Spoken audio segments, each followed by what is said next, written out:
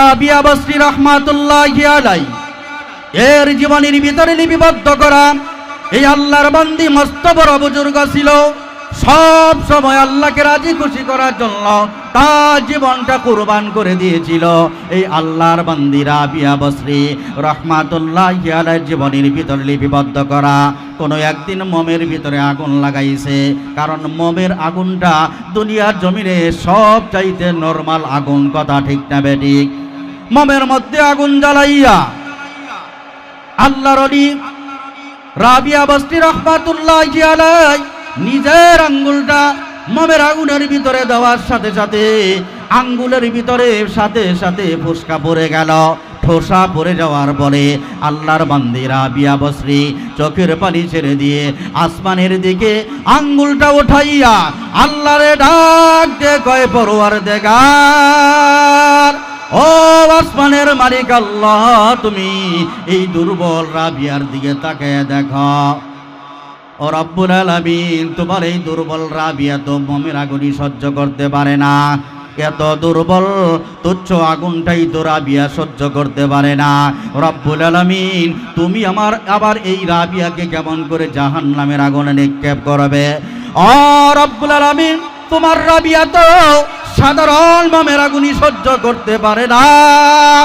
ও রব্বুল আলামিন, এই রাবিয়াকে কেমন করে তুমি জাহান্নামের আগুনে নিক্ষেপ করবে? না না, আমি তো জাহান্নামের আগুন সহ্য করতে পারবো না। আল্লাহ, জাহান্নামের আগুন কেমন করে সহ্য করব? আমি তো সাধারণ আগুন মোমের আগুনই সহ্য করতে পারি না। রব্বুল আলামিন, জাহান্নামের আগুন থেকে মুক্তি দাও, জাহান্নামের আগুন আমি সহ্য করতে পারবো না। আল্লাহ, আমাদেরকে এত আদর করে বানাইয়া তুমি কেমন করে জাহান্নামের আগুনে নিক্ষেপ করবা? আদর করিয়া মানুষ আল্লাহ বানাইয়া কেমনে দিবা জাহান্নামে ফেলিয়া, কেমনে দিবা জাহান্নামে ফেলিয়া। তুমি যদি মাফ না করো আল্লাহ হাসরে, তুমি যদি মাফ না করো আল্লাহ বান্দারে, বলো তোমার বান্দা যাবে কার কাছে? বলো তোমার বান্দি যাবে কার কাছে? এইরকম ভাবে চোখের পানি ছেড়ে ছেড়ে আল্লাহরে ডাক দিয়ে কয়, আল্লাহ, কেমন করে তুমি জাহান্নামে দিবা? আমি তো মোমের আগুন সহ্য করতে পারি না। এইরকম ভাবে আল্লাহর ওলিরা জাহান্নামের আগুন থেকে আল্লাহর কাছে মাপ চাইছে, কথা ঠিক না বেঠিক? আমরা কি জাহান্নামের আগুন সহ্য করতে পারবো? না না, আমরা তো জাহান্নামের আগুন সহ্য করতে পারবো না। এই জন্য আল্লাহর কাছে আমাদেরও কান্নাকাটি করা লাগবে, আল্লাহ জাহান্নামের দলভুক্ত করো না, জাহান্নামী দলের অন্তর্ভুক্ত করো না। আল্লাহ, জাহান্নামের আগুন থেকে মাপ চাই। আরে হযরত মুসা পয়গম্বর একদিন রাস্তা দিয়ে যায় তুর পাহাড়ে, আল্লাহর সাথে কথা বলবে। প্রতিমধ্যে একটা পাথর কান্নাকাটি করে, পাথর ডাক দিয়ে বলে, মুসা পয়গম্বর, আল্লাহকে বলবেন আল্লাহ যদি আমাকে মাফ করে দেয়, কারণ আমি শুনছি জাহান্নামে নাকি পাথরদেরকে অনেক নিক্ষেপ করবে। আল্লাহর কাছে মুসা পয়গম্বর বলল, আল্লাহ, একটা পাথর তো জাহান্নামের ভয়ে কান্নাকাটি করে। আল্লাহ কয়, ওরে মাফ করে দিলাম। জোরে কোন সুবহানাল্লাহ। আসার সময় পাথরকে জানাইলো, পাথর আর কান্নাকাটি করতে হবে না, আল্লাহ তোমার মাফ করে দিছে, জাহান্নামের ভয়ে আর তোমার কান্নাকাটি করতে হবে না। মুসা পয়গম্বর কিছুদিন পরে আবার যখন তুর পাহাড়ে রওনা করলো, দেখে পাথরটা আবারও জাহান্নামের ভয়ে কান্দে। আল্লাহর পয়গম্বর জিজ্ঞেস করে, পাথর, কেন তুমি জাহান্নামের ভয়ে কান্নাকাটি করো? তোমাকে না আল্লাহ মাফ করে দিছে? পাথর জবাব দেয়, জমানার পয়গম্বর মুসা, যেই চোখের পানির কারণে, যেই কান্নার কারণে আল্লাহ আমারে জাহান্নামের আগুন থেকে মুক্তি দিছে, আমি সেই কান্না থেকে বিচ্ছিন্ন হইয়া কেমন করে থাকবো? জোরে গান মারহাবা। কান্নাকাটি করার কারণে আল্লাহ জাহান্নাম থেকে আমার মুক্তি দিছে, অতএব এই কান্না আমি থামাইতে পারবো না। সুবহানাল্লাহ। তাহলে জাহান্নামের আগুনের ভয়ে মানুষ কান্নাকাটি করেছে, পাথর কান্নাকাটি করেছে, কথা ঠিক না বেটি? ওয়াকুদুহান নাসু ওয়াল হিজারা, জাহান্নামের ভয়ে, জাহান্নামের ভয়ে মানুষও কান্নাকাটি করেছে, পাথরও কান্নাকাটি করেছে। এই জন্য মুসলমান ভাইরারে আমার, জাহান্নামের ভয়ে আমাদেরও কান্নাকাটি দরকার আছে না নাই? সব সময় বলতে হবে আল্লাহ জাহান্নাম থেকে বাঁচাও, জাহান্নাম থেকে বাঁচাও। মুসলমান ভাইরা আমার, জলিল কদর পয়গম্বর হযরতে মূসা আলাইহিস সালাতু ওয়াস সালাম কোনো একদিন আল্লাহকে ডাক দিয়ে বলে, রব্বুল আলামিন, আমি আপনার কাছে একটা প্রশ্ন করতে চাই। প্রশ্ন হলো যে আপনি মানুষদেরকে এত আদর করে বানাইলেন, এত মোহাব্বত করে আবেগ নিয়ে বানাইলেন, এই মানুষদেরকে আবার কেন আপনি জাহান্নামের আগুনে নিক্ষেপ করবেন? জোরে কোন সুবহানাল্লাহ। আল্লাহ মানুষদেরকে এত আদর করে আবেগ নিয়ে বানাইলেন, এই মানুষদেরকে আবার জাহান্নামে কেন নিক্ষেপ করবেন? আমার মাথায় ধরে না, এত আদর করে বাড়িয়ে কি জাহান্নামের আগুনে নিক্ষেপ করা যায়? আল্লাহ রাব্বুল আলামিন মূসা নবীরে বলে, পয়গম্বর মূসা, আমার এই প্রশ্নের উত্তর যদি শুনতে চাও তোমার কয়েক মাস সাধনা করা লাগবে। সুবহানাল্লাহ। কি সাধনা? তোমার কৃষি কাজ করতে হবে, গম বা ধান চাষ করতে হবে। এই গম বা ধান যখন বাড়িতে উঠাইবা চাষ করে, তারপরে আমার কাছে জিজ্ঞেস করলে তোমার এই প্রশ্নের উত্তর দেব যে আমি আল্লাহ তাআলা মানুষদেরকে কেন জাহান্নামে নিক্ষেপ করব। মুসলমান ভাইরা আমার, পয়গম্বর মূসা যখন আল্লাহর কাছে প্রশ্ন করলেন, ও রব্বুল আলামিন, কেন আপনি মানুষদেরকে জাহান্নামে নিক্ষেপ করবেন? আল্লাহ বললেন, পয়গম্বর মূসা, আমার এই প্রশ্নের উত্তর যদি তুমি জানতে চাও, কয়েক মাস তোমার সাধনা করতে হবে। সাধনা হলো তুমি গম বা ধান চাষ করবে, ঘরে ওঠানোর পর আমার কাছ থেকে প্রশ্নের উত্তর নেবা। হযরত মূসা পয়গম্বর আলাইহিস সালাতু ওয়াস সালাম সাধনা করতে আরম্ভ করলেন। জমিতে ধান রোপণ করার পূর্বে জমিনটা বিভিন্নভাবে পরিচর্যা করতে হয়, কথা ঠিক না বেঠিক? যেই রকম ভাবে পরিচর্যা করতে হয়, হাড় ভাঙ্গা পরিশ্রম করে পয়গম্বর মূসা তার জমিনটা সুন্দরভাবে পরিচর্যা করতেছে, পানি দিয়া সুন্দরভাবে ধান রোপণ করার পরিবেশ তৈরি করতেছে। এই রকম রৌদ্রে ভিজে, বৃষ্টিতে ভিজে রৌদ্রে পুড়ে হাড় ভাঙ্গা পরিশ্রম করে পয়গম্বর মূসা ধান চাষগুলো আরম্ভ করে ধানগুলো যখন রোপণ করলাম, প্রত্যেক দিন জমিনে আসে, আবার জমিনটা সুন্দরভাবে দেখে। আমাদের কৃষক ভাইদের একই কাজ, কথা ঠিক না বেঠিক? প্রত্যেক দিন জমিতে আসার পরে আস্তে আস্তে করে দেখে এই জমিনের মধ্য থেকে ধানের গাছ উঠতেছে। এই গাছগুলো প্রত্যেক দিন আসে, দেখে, তারপর তদারকি করে, কোনো দিক দিয়ে কোনো সমস্যা হলো কিনা বিষয়গুলো লক্ষ্য করে। এই ধান গাছগুলো আসার পরে একটু স্পর্শ করে আর বুকের সাথে জড়ায়, মুখের সাথে জড়ায়, সুন্দরভাবে ফসলটা জমিনে উঠতেছে। মনের আনন্দে মূসা পয়গম্বর ওই ফসলগুলা ধইরা ধইরা আবেগ নিয়া খুব সুন্দরভাবে বুকের সাথে জড়াইয়া ধরে, মুখের সাথে জড়াইয়া ধরে। ধান গাছের পাতাগুলা চুমু খায়। জোরে কোন, কথা ঠিক না বেঠিক? আমাদের কৃষকরাও জমিনে ভালো ফসল হলে আমরা খুবই আনন্দিত হই, কথা ঠিক না বেঠিক? মূসা পয়গম্বর এইরকম ভাবে প্রত্যেক দিন আসা যাওয়া করে, সকাল বিকাল দেখাশোনা করে। আস্তে আস্তে করে ধান গাছগুলো যখন উপযুক্ত হলো, সরা চলে আসলো, ধানের সরা।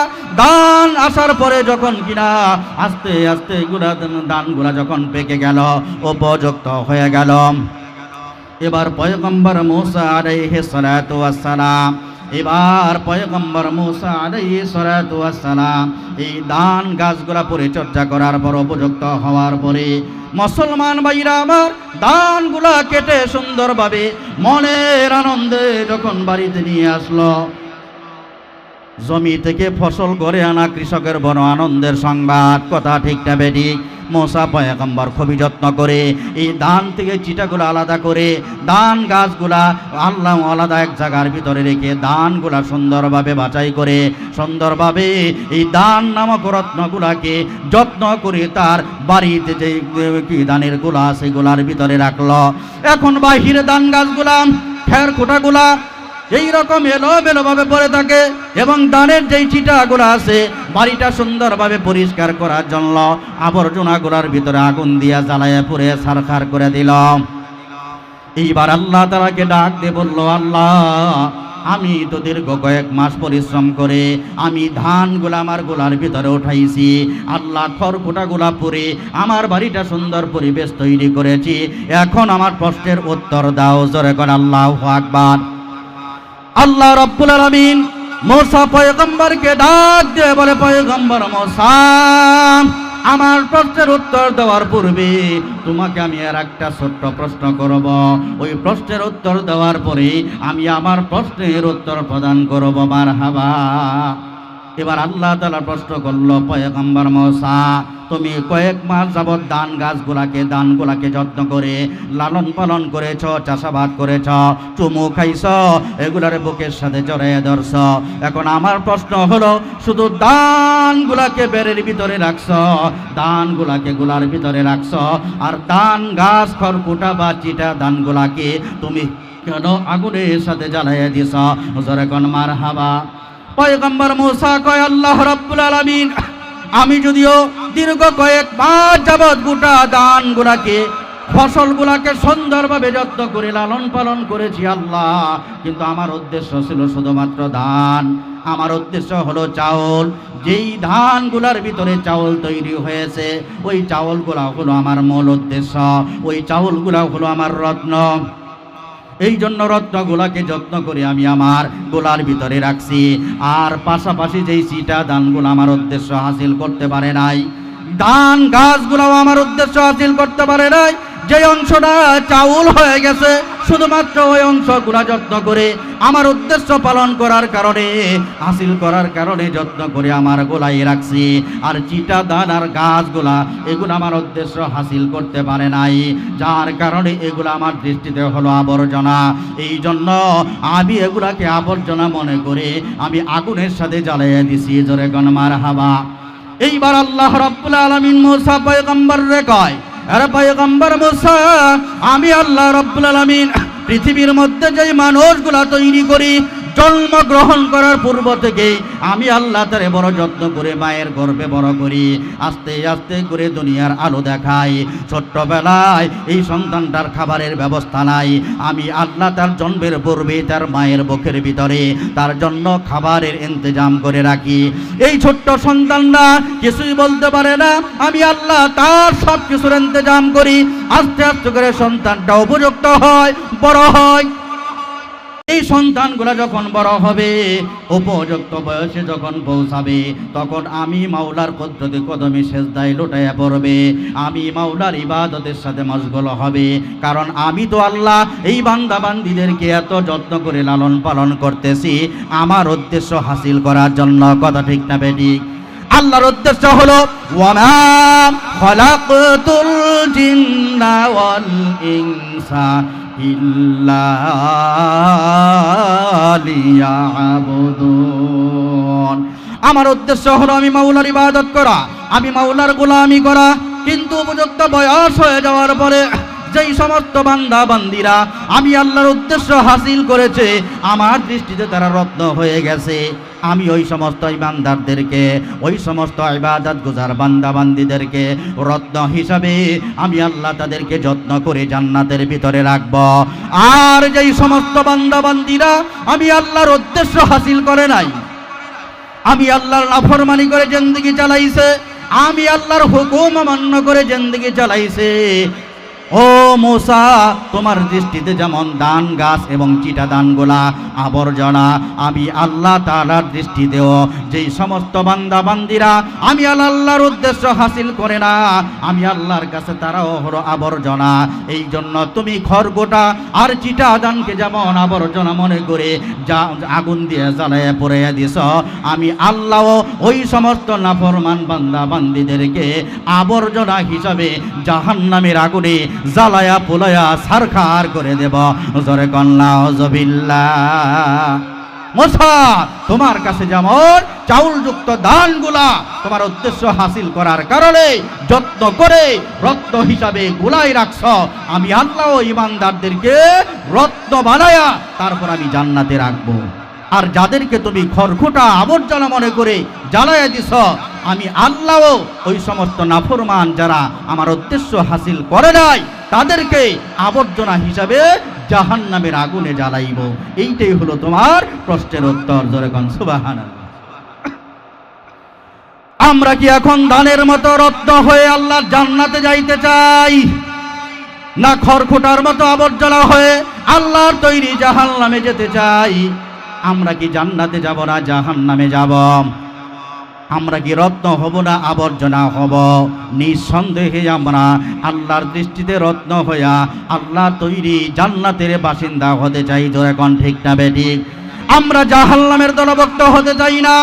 এই জন্য প্রথম আয়াতে আল্লাহ তাআলা বর্ণনা করেছে ফাউলাইকা আসহাবুন নার, যারা আল্লাহর নাফরমানি করবে, যারা আল্লাহর সাথে গাদ্দারি করবে, যারা আল্লাহর ইবাদত থেকে বিচ্ছিন্ন থাকবে, তারা আল্লাহর দৃষ্টিতে আবর্জনা। আর আবর্জনার জায়গা যেই জায়গায় হয়, আমার আল্লাহ আবর্জনাকে ওই জায়গার ভিতরেই রাখবে। কথা ঠিক না বেঠিক? এই জন্য আমরা কেউ আবর্জনা হয়ে জাহান্নামে যেতে চাই না, আমরা সবাই রত্ন হয়ে আল্লাহর তৈরি জান্নাতে যেতে চাই। কথা ঠিক না বেঠিক? মুসলমান ভাইরা আমার, দ্বিতীয় আয়াতের ভিতরে আল্লাহ তাআলা বলেন ওয়াল্লাযীনা আমানু ওয়া আমিলুস সালিহাতি উলাইকা আসহাবুল জান্নাহ উলাইকা আসহাবুল জান্নাতি হুম ফিহা খালিদুন। আল্লাহু আকবার।